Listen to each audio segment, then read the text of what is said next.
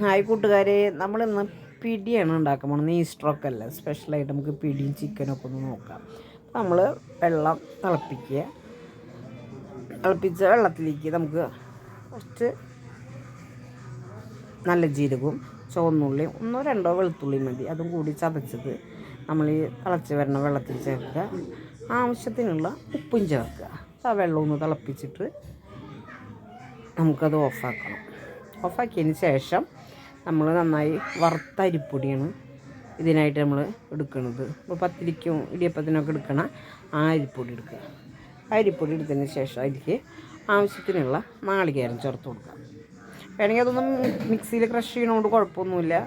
പിന്നെ ഞാൻ ക്രഷ് ചെയ്തിട്ടില്ല. അതേപോലെ ഞങ്ങളുടെ നാളികേരം ആ അരിപ്പൊടിയിലേക്ക് ചേർത്ത് കൊടുക്കുക. ചേർത്ത് കൊടുത്തതിന് ശേഷം നമ്മൾ ഈ തിളപ്പിച്ച വെള്ളം ഉണ്ടല്ലോ, ജീരകവും ചുവന്നുള്ളിയൊക്കെ ഇട്ടിട്ടുള്ള തിളപ്പിച്ച വെള്ളം, അത് കുറേശ്ശെ അങ്ങനെ ഒഴിച്ചു കൊടുക്കുക. വെള്ളം കൂടി പോവരുത്, നല്ല ചൂടുള്ള വെള്ളമാണ്, കയ്യും പൊള്ളിയത്. അപ്പോൾ സ്പൂൺ വെച്ചിട്ട് നന്നായി ഇളക്കി യോജിപ്പിക്കുക. ആവശ്യത്തിനുള്ള വെള്ളം ഒഴിച്ച് യോജിപ്പിച്ചെടുത്ത് നന്നായി അത് നമ്മൾ കുഴച്ചെടുക്കണം. വെള്ളം കൂടി പോവാതെ നോക്കണം. നന്നായിട്ട് സ്പൂൺ വെച്ചൊന്ന് ഇളക്കി കൊടുത്തിട്ട് വേണം നമുക്കിനി അത് കുഴച്ചെടുക്കാനായിട്ട്. അപ്പോൾ ആ പൊടിക്ക് ആവശ്യമായിട്ടുള്ള വെള്ളം നമ്മൾ ഒഴിച്ചു കൊടുത്ത് നന്നായി അത് ഒന്ന് ചൂടാറണം. നല്ല ചൂടാണ്, കൈ കൊണ്ട് നമുക്ക് കുഴയ്ക്കാൻ പറ്റില്ല. അപ്പോൾ ആ ചൂടൊന്ന് കുറച്ച് സ്വല്പം ഒന്ന് മാറിയതിന് ശേഷം നമ്മൾ നന്നായി കുഴച്ച് ഒരു ഉണ്ട ആക്കിയിട്ട് എടുത്തിട്ടുണ്ട്. അതിന് ശേഷം നമ്മൾ ചെറിയ ചെറിയ ബോൾസ് ആക്കിയിട്ട് പിടിയുടെ ഭാഗത്തിനുള്ള ബോൾസ് ആക്കിയിട്ട് നമ്മൾ എടുക്കുക.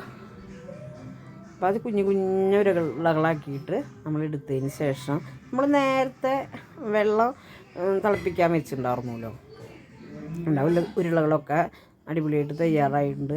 ആ വെള്ളത്തിൽ നിന്ന് കുറച്ച് വെള്ളം ഒഴിക്കുക. ഒപ്പം തന്നെ 2 നാളികേരപ്പാലും കൂടി ഒഴിച്ച് അതൊന്ന് തിള വന്നതിന് ശേഷം നമ്മൾ ഈ പിടി കൂട്ടിയിട്ടുള്ള പിടി ഉണ്ടല്ലോ, കുഞ്ഞു കുഞ്ഞു ഉരുളകൾ, അതിലേക്ക് വെച്ചിട്ട് ഫ്ലെയിം കുറച്ച് വെച്ച് അത് തിളപ്പിച്ചെടുക്കുക.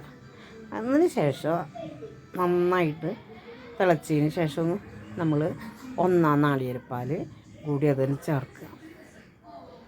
നാളികേരപ്പാൽ കൂടി ചേർത്തിട്ട് അത് നമുക്ക് ഇറക്കി വെക്കാം. പാകത്തിനായിട്ട് ആവശ്യത്തിനായിട്ട് വെന്തിട്ടുണ്ട്. നമ്മളിതേ പാത്രത്തിൽ അത് സെറ്റാക്കിയിട്ടുണ്ട്. ചിക്കനും കൂടി കഴിക്കുക, വളരെ ടേസ്റ്റാണ്. എല്ലാവരും തയ്യാറാക്കുക. സബ്സ്ക്രൈബ് ചെയ്യുക, സപ്പോർട്ട് ചെയ്യുക, ഷെയർ ചെയ്യുക.